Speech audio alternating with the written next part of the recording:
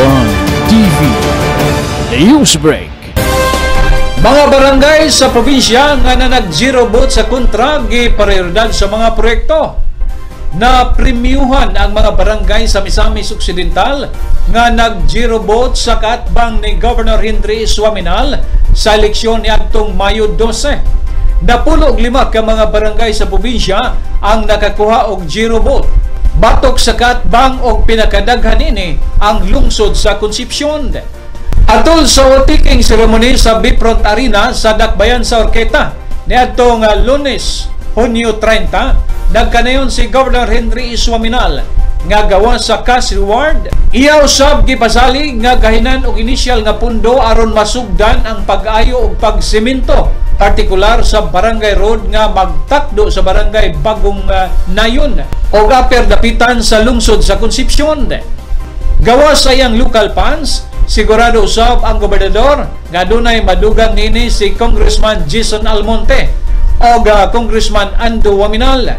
Apan labing sigurado nga mapunduhan og dako ang maong Barangay Road o kon mahilakip ang budget nini sa 2026 General Appropriations Act. Gipasalig usab sa gobernador nga lakip sa hatagan og pagtagad sa uban pang mga Barangay Road sa lungsod sa Concepcion. Kini nga pasalig sa gobernador gikalipay kaayo sa mga elected official sa lungsod sa Concepcion nga nanumpa niadtong adlaw og sa katawhan nga mahibalo sa kalambuan nga moabot. This is unprecedented and historic mandate, not just for our team, but more importantly, for our shared vision, Ascenso Misamis Occidental. Akong tagaan og special recognition. While we are all here proud to that victory as our collective efforts, akong tagaan og highlights kining pipila ka mga barangays nga ilang gipasobrahan. Siguro gusto og bonus.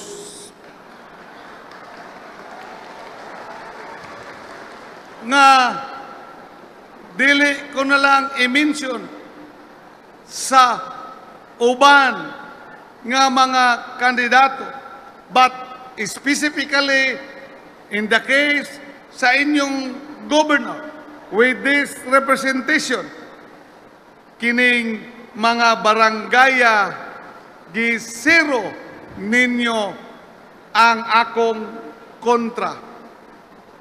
Ngano man ngawa man ko mag-ingon yung siruha, siguro gusto mo mangayo og extra.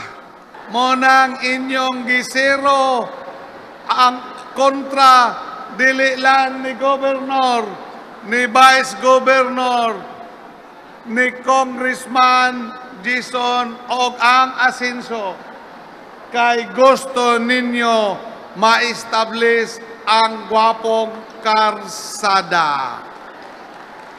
Og karon atong i-anunsyo, karong tuiga, bisan og humana ang budget, atong sugdan, pagpadayon og amo ng tiwason with Kong Jason, Vice Governor Wing and Congressman Ascenso next year ato nang ipabutang sa budget nga kung dili mahuman atong ma-establish 70 to 80% sa maong karsada.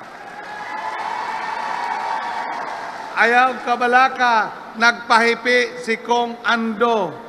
Basin pag mo exhibition siya karon tuiga, iyang partihan sa iyang pundo, pagsugod sa pagsiminto sa maong karsada.